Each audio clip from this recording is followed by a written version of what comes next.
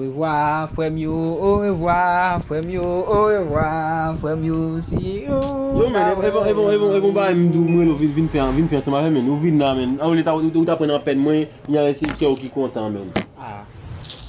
Yo, mal gen mte lo pou te fè bala mwen nan bel plezye mwen mwen di a fèm pou kom men. Hello guys, sa kap fet, nou kon sa mye deja, nou konen, sou non, Siro Production. So, nou ka ap di, Siro Production toujou la men, chanel la bala, mde kadou, maten yan, YouTube arrive pi ate kwent mwen, samdou la.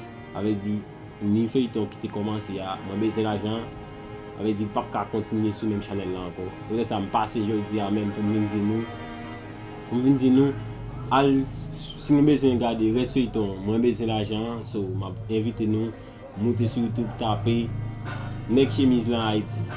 E lan ap jen tout denye proje map gen pou relanse video fani, feuilleton, tout bagay net, map di nou, Siro Production, nou met tape Siro Production, nou pa jwen mwen sur YouTube anko, paske YouTube supprime kont sa. Li supprime kont sa. E sa mdi nou, so, si nou ta reme al suiv mwen, si nou ta reme Bam Love la, map mande nou pou nou tape Nek Chemise lan Haiti. So, nap kabre la pase nan ekran televizyon, tape n'importe kote nou ye tape Bam Love la, invite zanmi ou fami ou moun ki te akon abitye gade m deja, vou la suiv mwen sou Nek Chemise lan Haiti. So, même si emisyon a parlé en pile a fait bagay, so, mwen ka di nou se kem gale, ave di le ou tout vou e di sa la ren. So, m'a vraiment content en pile. Sop di men, sop di. Bienvenue sur Nek Chemise lan. Pile bel bagay ki pral vini, et puis chita tan ti des autres. Bow!